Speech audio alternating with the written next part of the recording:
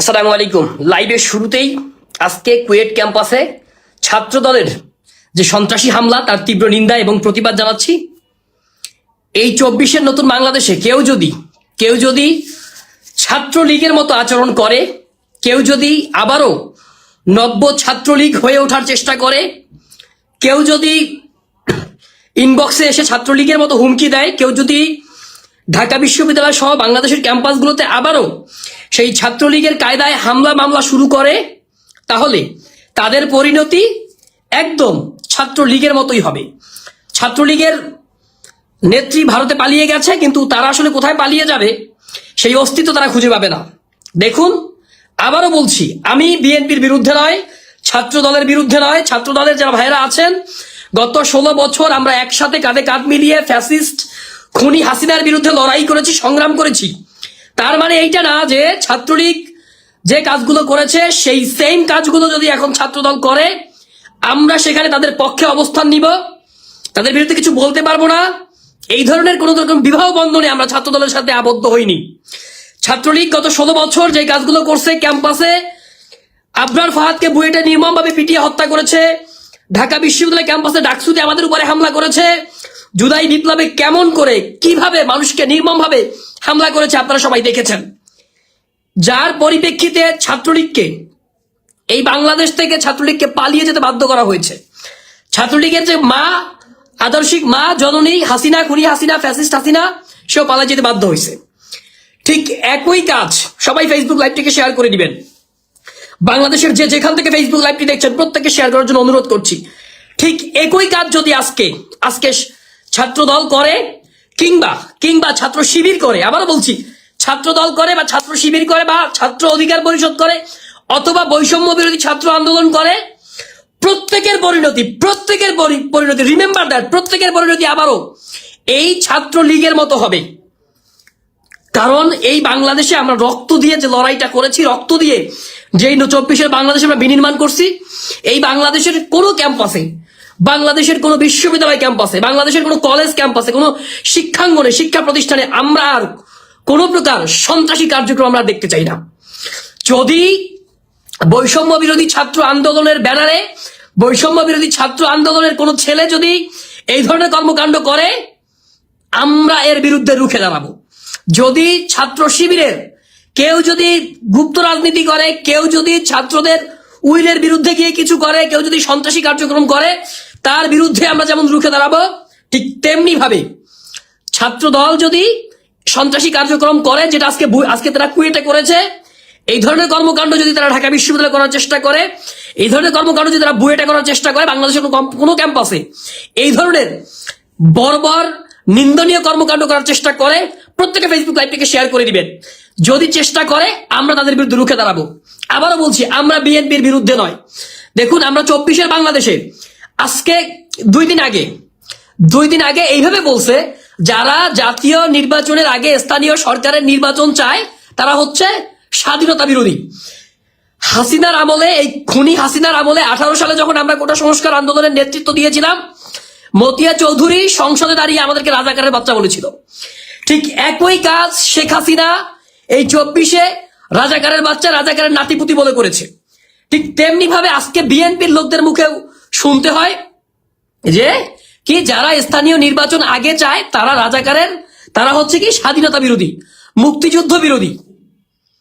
যেই ট্যাগিং এর পলিটিক্স আওয়ামী লীগ করেছে, ছাত্রলীগ করেছে গত 16 বছর এই ঢাকা বিশ্ববিদ্যালয় ক্যাম্পাস সহ বাংলাদেশের ক্যাম্পাসগুলোতে ছাত্রলীগের ছেলেরা আমাদেরকে শিবির ট্যাগিং করে, আবারও বলছি, শিবির ট্যাগিং করে, শিবিরের কথা বলে আমাদের অসংখ্য ছাত্র ভাইদেরকে, সহযোদ্ধাদেরকে পিটিয়ে মেরেছে, হত্যা করেছে, এবং শিবির বলে তাদেরকে মেরে পিটিয়ে কাউকে হত্যা করছে, কাউকে পুলিশে দিছে, এবং সেটা বৈধ ছিল। বিশ্বজিতের মতো একজন হিন্দুকে তারা শিবির বেলেন দিয়ে কিভাবে কুপিয়ে হত্যা করেছে আপনারা দেখেছেন। 2018 সালে মাসুদ সর্দার নামে এক ভদ্রলোক আমাদের সাথে কোটা আন্দোলনের মামলায় কারাগারে ছিল। তার নাম ছিল মাসুদ সর্দার।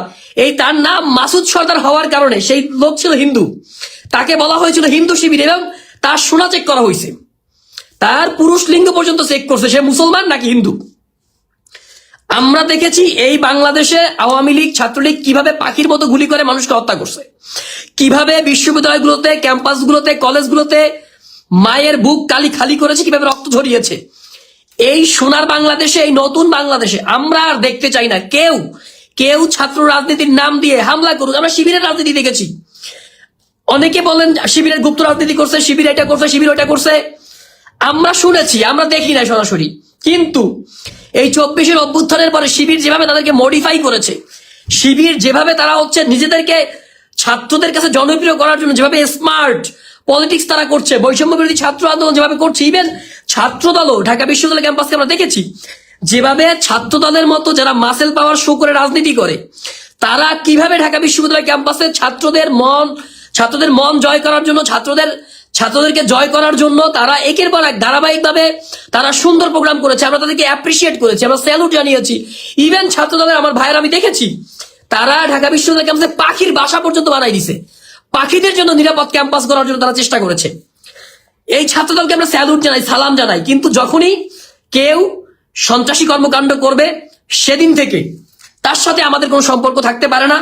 তার সাথে যদি আমরা দীর্ঘ লড়াই করেও থাকি, সংগ্রাম করেও থাকি, একসাথে কাঁধে কাঁধ মিলিয়ে যুগপৎ আন্দোলন করেও থাকি, তারপরেও সে যদি এই ফ্যাসিস্ট হাসিনার যে নীতি এত বছর পালন করছে বাংলাদেশে, সেই নীতি যদি তারা অবলম্বন করে, আমরা তাদের বিরুদ্ধে জিহাদ ঘোষণা করব।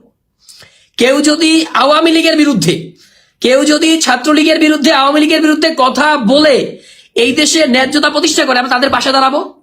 আবার কেউ যদি আওয়ামী লীগের পক্ষ নেয়, ছাত্রলীগের পক্ষ নেয়, তাহলে আমরা তাদেরকে রুখে দাঁড়াবো।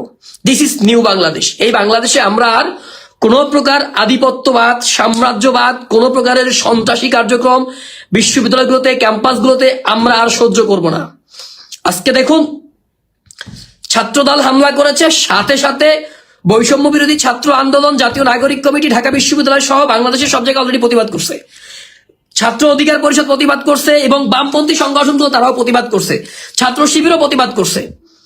আমরা কোনোভাবেই বাংলাদেশে, এই সোনার বাংলাদেশে, নতুন বাংলাদেশে আমরা ছাত্র দলের মুখোমুখি দাঁড়াতে চাই না। আমরা বিশ্বাস করতে চাই ছাত্র দলের ছেলেরা আমাদের ভাই, আমরা কাঁধে কাঁধ মিলিয়ে আগামীর সুন্দর বাংলাদেশ গড়ব।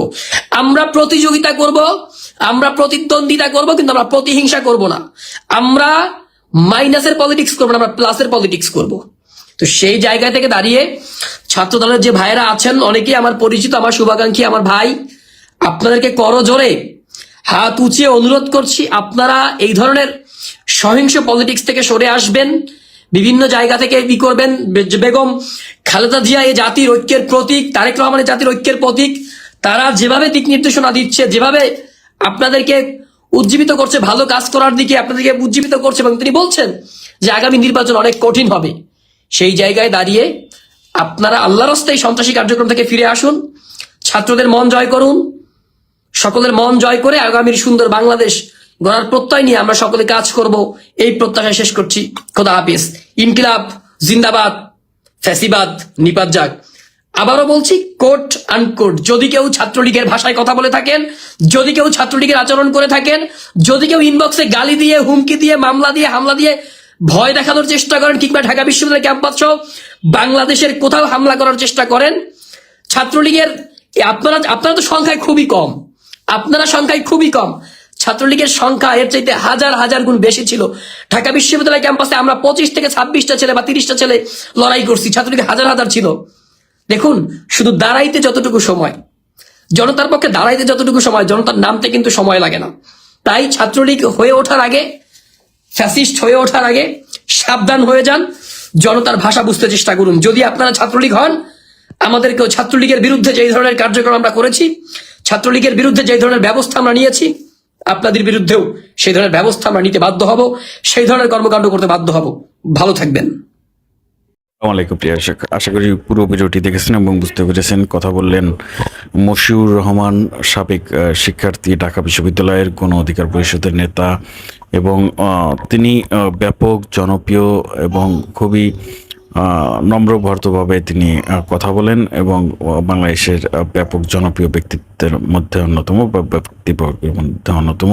আজকে সারা দিন যে ঘটনাগুলো ঘটেছে আমরা দেখেছি যে ছাত্রদল এবং সাধারণ শিক্ষার্থীর মধ্যে ধাওয়া পাল্টা দেওয়া হয়েছে। সেখানে প্রায় 100 জনের উপরে শিক্ষার্থী বা দুই দলেরই গুরুতর আহত হয়েছে এবং সেখানে বাংলাদেশের সুনামধন্য যতগুলো টেলিভিশন রয়েছে, নিউজ মিডিয়া রয়েছে, প্রত্যেকটিতে বলা হয়েছে ছাত্রদল এবং সাধারণ শিক্ষার্থীর মধ্যে এই ধাওয়াটি হয়েছে। যদিও ছাত্র দল বলেছে যে শিবিরের সাথে তাদের সংঘর্ষ হয়েছে।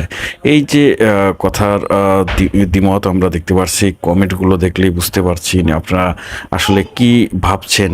স্বৈরাচার শেখ হাসিনা দেশ থেকে পালিয়ে গেছে, এখন শিবির এবং ছাত্র দলের সবচেয়ে বড় শত্রু যারা ছিল ছাত্রলীগ, তারা তো এখন নেই। এখন ছাত্র দল এবং শিবিরের মধ্যে এই পার্থক্য দেখা যাচ্ছে। অন্যদিকে বৈষম্য বিরোধী ছাত্র আন্দোলনের যারা নেতা সমন্বয়ক, তারা সরাসরি ছাত্র দলকে হুমকি দিয়েছেন এবং বলেছেন যে তাদের পরিণতি ছাত্রলীগের মতোই হবে। আপনাদের মূল্যবান মতামত কমেন্টে জানাবেন। সবাই ভালো থাকবেন, সুস্থ থাকবেন। ভিডিওটি শেষ করছি। আসসালামু আলাইকুম।